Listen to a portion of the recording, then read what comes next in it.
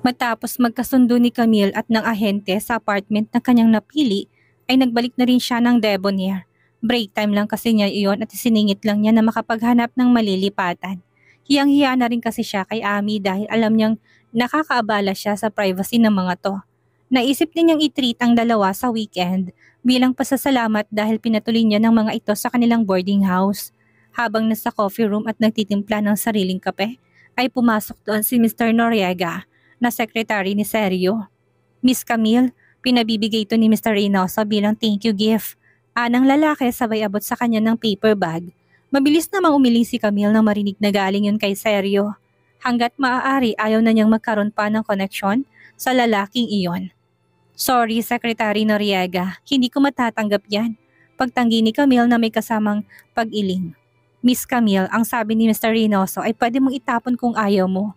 So please, accept this because it will be difficult if I give it back to him. Pagpupumilit naman ni Alex sa babae.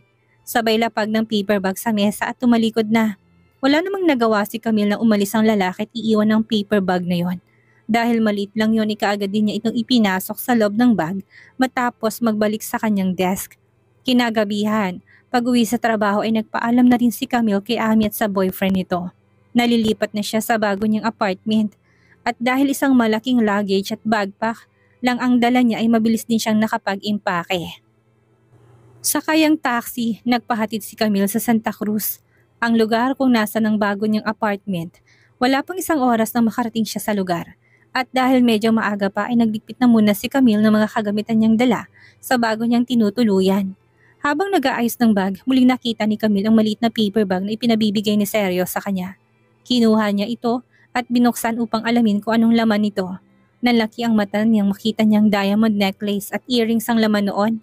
At ang brand name na nakaimprenta sa kahon ay narinig na ni Camille mula sa ibang bansa. Kung tamang pagkakaalala niya, ang Bulgari ay nakakahalaga ng milyong-milyon. Sa takot ni Camille na baka mawala o masirang alahas ay mabilis nitong ibinalik sa kahon at pinasok sa paper bag. Tinabi niya ito sa cabinet na naroon sa apartment at nilagyan ng kandado. Iniisip niyang kapag nawala niya yon, ay kahit na magkanda kuba siya kakatrabaho, hindi niya mababayaran ng ganong kamahal na alahas. Iniisip din niyang ibalik ito kay Sergio kapag nagkaroon siya ng pagkakataon. Sumapit ang Sabado. Dahil walang pasok ay niyaya ni Camille si Amit ang boyfriend nitong si Jake na magpunta sa kanyang bagong apartment para doon mag-dinner. Hapon pa lang ay nagpunta na ng supermarket si Camille para mamili ng karne at ng rekadong kailangan niya sa kanyang iluluto. Nang eksaktong kukunin na niya ang nakabalot na karne sa freezer, isang malaking kamay ang kasabi niyang dumampot doon niton at dahilan para hindi sinasadyang magkadikit ang kanilang mga daliri. Mabilis na binawi ni Camille ang kanyang kamay at nahihiyang humingi ng paumanhin sa kung sino mang may-ari ng kamay na yon. Sorry, hindi ko. Camille? Natigil ang pagsasalita ni Camille nang tingyalain ng matangkad na lalaki sa kanyang harapan at ganun na lang ang gulat niya nang makitang si Elias yon. Nakasuot ito ng simpleng blue-collared shirt at black trousers. Napakagwapo nitong tignan ng mga oras na yon, kahit simple lang ang suot nito. Kuya Elias, bakit nandito ka? Gulat na tanong ni Camille habang nakangiti. Malapit ditong apartment ko. Sagot naman ni Elias sabay ngiti. Naglabasan tuloy ang mapuputi at pantay-pantay nitong mga ngipin. Ang dami niyan ha? May party kayo? Dagdag pa ni Elias na mapatingin sa grocery basket na bitbit ni Camille. Oo, nag-invite ako ng friend sa bagong apartment na nilipatan ko. Malapit din dito. Tugon naman ni Camille. Wait, saang apartment ka nakatira? Sa halip ay tanong ni Elias sa dalaga. Sa Ethereal Estates apartment, sagot ni Camille. Bakit Kuya Elias? Nagtatakang tanong naman ni Camille sa kaharap. Sa narinig ay mahinang tumawa si Elias. Akalain mo nga naman, hindi ko ina-expect na kapitbahay pala kita. Sagot ng lalaki ikinalaki ng mata ni Camille. Kakalipat ko lang dito 1 week ago. Nagkaroon kasi ng aberya sa apartment at tinutuluyan ko. Hasal naman kung uuwi ako sa bahay namin dahil malayo yun sa trabaho. Kaya naghanap ako ng apartment sa lugar na ito. 1 week ago, yun ang araw na pumirma siya sa ahente ng apartment para kunin ang bahay na yon. Naisip ni Camille na ibang klase talagang magbiro ang tadhana. Matapos makapamilya ang kanilang mga kailangan ay sabay na silang umuwi ng lalaki sakay ang tricycle. Kuya Elias, ano nga palang room number mo? Tanong ni Camille. Nang sabay silang pumasok sa gusali. 202, natigilan naman si Camille sa narinig. Why, may problema ba? Muling tanong ni Elias. Room 201 kasi ang akin. Nailing na sagot naman ni Camille. I never thought that besides being neighbors, our rooms would be next to each other. Natatawang wika naman ni Elias. Oo nga grabing coincidence. Natatawa ring sagot ni Camille. Habang naghihintay ng elevator, nagkataon naman na dumating na rin si Amit ang boyfriend nitong si Jake. Bakas naman ang pagkagulat sa mukha ni Jake dahil makita si Elias sa building na yon. Dr. Monsur, dito ka rin nakatira? Ikaw pala, Mr. Salazar. Sagot naman ni Elias. Friend ka ni Camille? Friend siya ng girlfriend ko, si Abby. Nakangiting sagot naman ni Jake at saka pinakilalang girlfriend sa doktor. Magkakilala kayo ni Jake, Kuya Elias? Gulat naman na tanong ni Camille sa dalawang lalaki. Si Mr. Salazar ang supplier ng medical equipment sa hospital. Sagot ni Elias. Naalala naman ni Camille na ikwento ni Ami ng trabaho ng kanyang boyfriend ay nagsusupply ng mga medical equipment sa iba't ibang ospital. Sabay-sabay na pumasok ang apat sa elevator at nang makalabas ay nagpaalam na rin si Elias sa mga ito. Mauna na ako guys. Enjoy kayo. Paalam ni Elias sa mga ito subalit pinigilan siya ni Camille. Sumama ka na sa amin mag-dinner Kuya Elias. Anyaya ni Camille. Naisip kasi niyang mas magiging convenient sa lalaki kung doon na rin ito kakain. Kasama nila nang sa gayon na hindi na ito maabala pa ng ipaglutong sarili. Are you sure? Hindi ba ako makakaabala sa inyo? Paniniguro pa ni Elias sa mga ito. Hindi naman, marami akong iluluto. Nakangiting tugon naman ni Camille. Tara na Doc. May gusto rin akong itanong sa'yo. Sabat naman ni Jake. Okay, if you insist. Nang makapasok sa bahay ay nagtulong si Camille at Ami sa paghahanda ng pagkain habang si Elias at Jake naman ay nasasalat mukhang may importanteng pinag-uusapan. Camille, ang swerte mo naman, 3,000 lang ang renta mo dito. Tanong pa ni Ami habang nililibot ang paningin sa kabuuan ng bahay. Hindi siya makapaniwala na pakamura lang ng ganong kagandang apartment. Sinabi mo pa, sagot naman ni Camille sa kakinuwento sa kaibigan kung paano nahanap ang apartment na yon. Sa kabilang banda, naisip din ni Camille kung nagkataon lang ba o sinadya ng iisang building sila nakatira ni Elias. Dahil kung nagkataon lang, ano kayang ibig sabihin nito? Matapos mag-dinner, inihatid ni Camille si Ami at Jake sa lobby ng apartment building. At bilang pakikisama ay ganoon na rin ang ginawa ni Elias. Sinamahan nilang dalawa ang magkasintahan hanggang sa makalabas ito sa naturang gusali. Hinatid ni Camille at Elias ang magnobyo.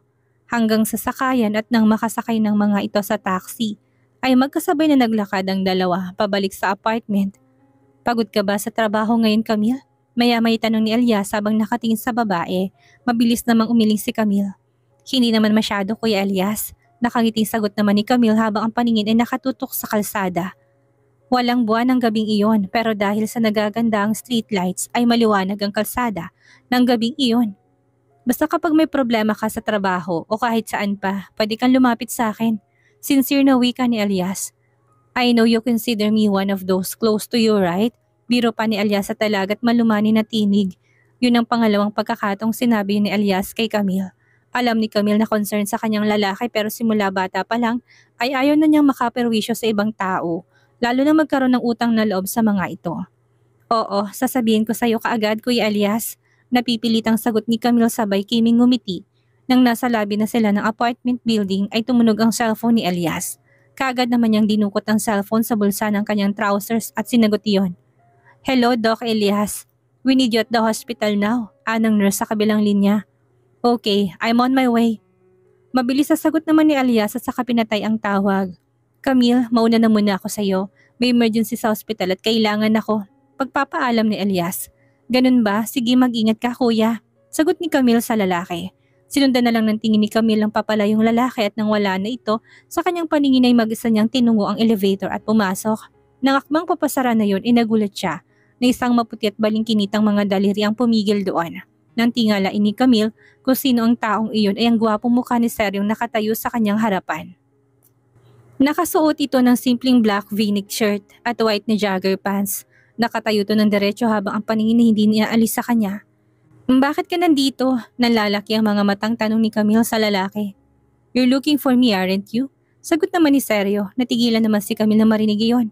Naalala niyang kasing nag-text siya sa lalaki para itanong kung kailan ito free. Gusto kasi niyang ibalik ang alahas na ibinigay nito sa kanya pero hindi naman niya sinabing magpunta ito sa apartment niya.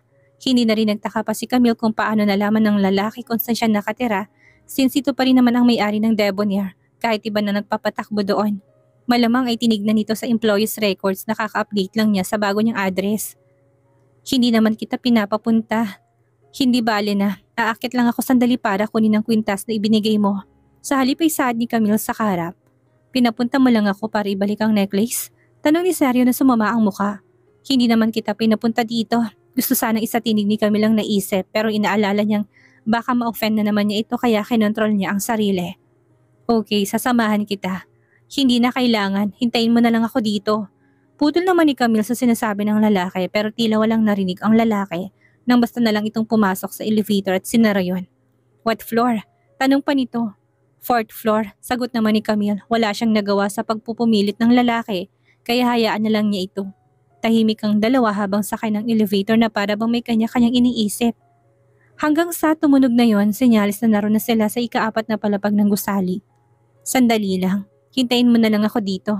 Awat ni Camille sa lalaki nang nasa tapat na sila ng kanyang apartment. Nang tumitipan na ng password si Camille sa lock ng kanyang pinto ay tinakpan niya yon nang mapansin na nakatingin si Seryo sa kanya na nakatayo sa kanyang likuran. Masama naman ang mukha ni Seryo habang nakatingin kay Camille habang nakapamulsa. 1 linggo pa lang itong nakakalipat sa apartment na yon, kasama na kaagad nito ang Elias na yon. Is that why she said she didn't like him because she liked Elias? At kaya hindi ito makapaghintay na matapos ang kanilang agreement dahil gusto na nitong makasamang lalaking yon? Kung hindi niya pa inutusan si Victor na gumawa ng paraan para mapapunta ang Elias na yon sa ospital kanina, ba kung ano nang ginawa ng dalawa sa mga oras na yon? Nang maisip na posibleng gawin din ng mga ito, ang ginagawa nila ni Camille ay napatimbagang siya at kumuyom ang kamao. Isipin pa lang niya ay nagagalit na siya at para bang gusto niyang pumatay ng tao. Samantala na makapasok si Camille, hindi na siya nag-aksaya pa ng oras na isara ang pinto. At kaagad na tumakbo, patungo sa cabinet kung saan niya itinagong alahas. Agad na nakuha ng paper bag ay mabilis din siyang bumalik kay Seryo na kasalukuyang nakatayo ng sa labas ng pinto at masamang hilatsa ng mukha. Ito na ang kwintas. Hindi ko kailangan ng ganyang bagay. Ani Camille sabay lahad ng paper bag sa harap ng lalaki. Hindi naman kumibo si Seryo at nanatili lang na nakatingin kay Camille. Nang hindi kumukurap habang marina nakalapat ang mga labi. Madilim ang anyo nito at may panganib na makikita sa mga mata. Nakaramdam naman ng matinding kaba si Camille ng mga sandaling iyon. Hindi niya maintindihan kung bakit ganun makatingin sa kanya ng mga sandaling iyon. May nagawa na naman ba siya? Kunin mo na Mr. Reynoso, please. Nautal sa kabang wika pa ni Camille kuha ng kamay nito at inabot ang paper bag. Gusto niya kasing umuwi na ito dahil hindi siya komportable na ganon. Ang mga sandaling iyon dahil sa pagkantaranta ni Camille na bawiin ng kamay, hindi sinasadyang tumama sa matipunong dibdib ng lalaki. Dahilan para bigla niyang maalala ang mga sandali na kasandal siya sa matipunong dibdib nito habang ito naman ay gumagawa na nakakabaliw na bagay. Mabilis na binawi ni Camille ang kanyang kamay dahil pakaramdam niya'y napaso siya sa hindi sinasadyang pagkakadikit na iyon. Subalit mabilis na nahawakan ni Seryo ang kanyang pulsuhan at ang init na nagmumula na naging dahilan para mas lalong kumabog ang kanyang dibdib.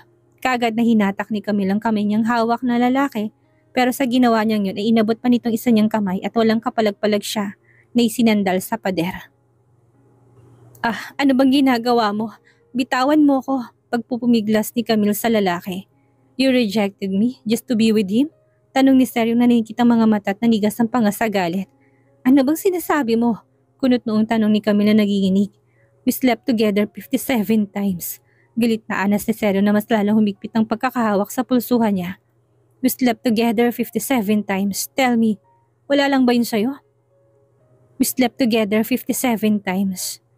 Tell me, wala lang ba talaga yun sa'yo? Sa galit ni Camille, hindi niya alam kung anong sasabihin. Inalis niya ang tingin dito at binaling sa kung saan. Bitawan mo ko. Promise me you won't be together. Sa halipatura ni Seryong pinakawala ng isa niyang kamay para maharang at pisilin ang kanyang baba. Promise me. Hindi pa kiusap kung hindi isang utos ang dating ng sinabi yun ni Seryo kaya naman mas lalong nagpuyos ang kanyang dibdib. Tapos na tayo kaya wala kang karapatang pagbawalan ako makipagkaibigan kung kanino ko gusto. Matapang na sagot ni Camille subalit hindi pa rin siya makatingin sa lalaki. So do you want to be with him? Tanong pa ni Seryo na may panganib na makikita sa mga mata. Hindi na kailangang itanong pa ni Camille kung sinong tinutukoy nito dahil iisa lang naman ang lalaki pinag-isipan nito nang hindi maganda. Sinabi ko na sa'yo, tapos na tayo. Natigil ang gustong sabihin ni Camille nang biglang yumuko si Seryo at sinakop ang halik ng kanyang labi. Ginamit ang mapangahas na dila at pilit siyang binubuka ang bibig ni Camille. Sinipsip ang tamis ng labi nito na kanina pa siya natutokso. Tila sumabog ang ulo ni Camille ng mga sandaling iyon. Nagpupumiglas ang kanyang mga kamay at sinusubukang itulak ang lalaki palayo. Ngunit para lang siyang langgam na hindi malang natinag ang lalaki. Ano ba? Nanginginig at basag ang boses ni Camille ng mga sandaling yon. Halos mabingin na rin siya sa lakas ng tibok ng kanyang puso. Kahit anong pagpupumiglas ang gawin niya, ay patuloy lang si Seryo sa paghalik na para bang sabik na sabik.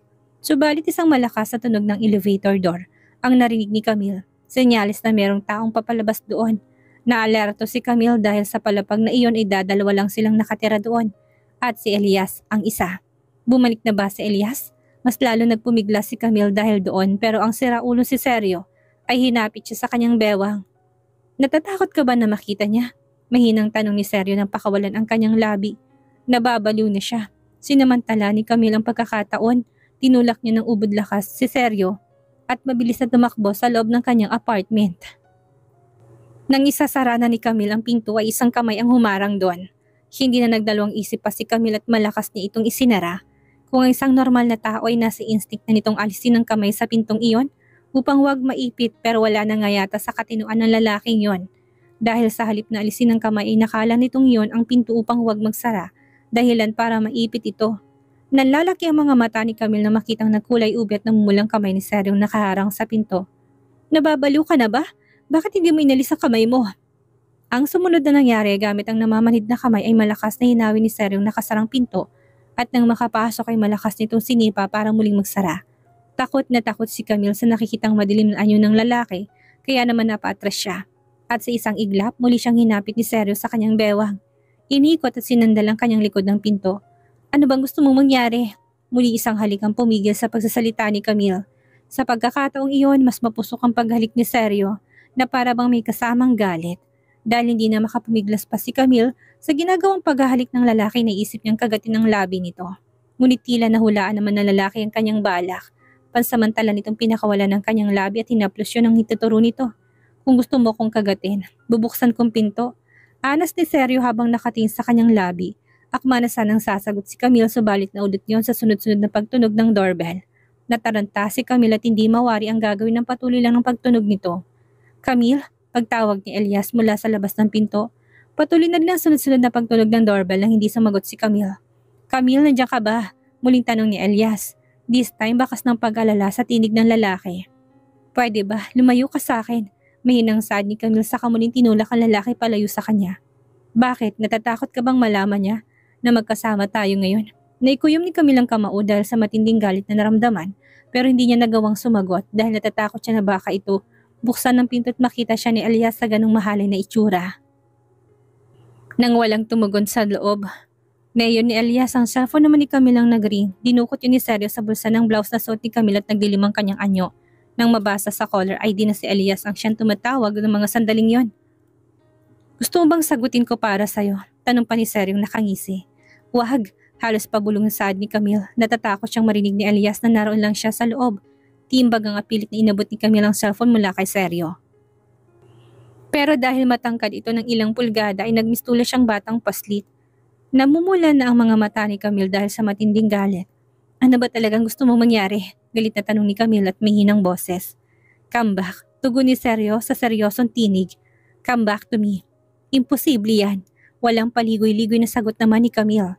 Sa lalaki sa kabinaling ang tingin sa ibang bagay. Why? Dahil kinamumuhian kita, sagot ni Camille nang ngilid ang mga luha. I really hate you, Seryo Reynoso. Namayani ang katahimikan sa pagitan ng dalawa at ang tanging ingay lang na maririnig ay ang pagtunog ng cellphone ni Camille. Pinagmasdang mabuti ni Seryo si Camille namang sandaling yon para bang sa parang yun ay mababasa niya ang tunay na saloobin ng babae. Walang gustong magsalita sa dalawa at para bang nagpapakiramdaman lang ang mga ito. Si Seryo ay napakapako lang ang mga mata kay Camille, samantalang babae naman na nakatingin lang sa kung saan na talatang iniwasan siya. Nang sa wakas ay tumigil na sa pagtunog ang cellphone ni Camille at ang kasunod nito ay pinakarinig siya ng papalayong labag mula sa labas ng kanyang apartment. Mukhang umalis na si Elias ng mga oras na yon nang walang makuhang sagot mula sa kanya. Bahagyang kumalma ang kanina pang tensyonadong puso ni Camille at nakahinga siya ng maluwag. Subalit ang mga luha ng kanina pang gustong kumuwala sa kanyang mga mata ay isa-isang pumatak. Masamang-masama ang kanyang loob dahil sa pag-agrabyado sa kanya ni Seryo kanina lang. Ako ang nasaktan pero ikaw ang umiiyak. Makahulugang saad ni Seryo sabay punis ng mga luha sa pisngi ni Camille gamit ang hintotoro. At sino naman ang may sabi sa'yo na iniharang mong kamay mo sa pinto? Dapat lang sa'yo yan, singhal ni Camille. You're so cruel, sagot ni Seryo sa mapait at puno ng hinanakit na tono. Hindi sumagot si Camille sa halip ay binaling niya ang paningin sa ibang bagay. Marahan namang pinisil ni Seryo ang baba ng babae at pilit na iniharap sa kanya. Do you really hate me? Tanong ni Seryo na may kung anong emosyon ang mababasa sa mga mata. Ano kayang gagawin ni Camille ngayong patuloy siyang ginagambala ni Seryo? Muli kaya ay sumama si Camille kay Seryo o papanindigan niya ang desisyong layuan ng lalaki? Yan ang ating aalamin sa susunod nating kabanata.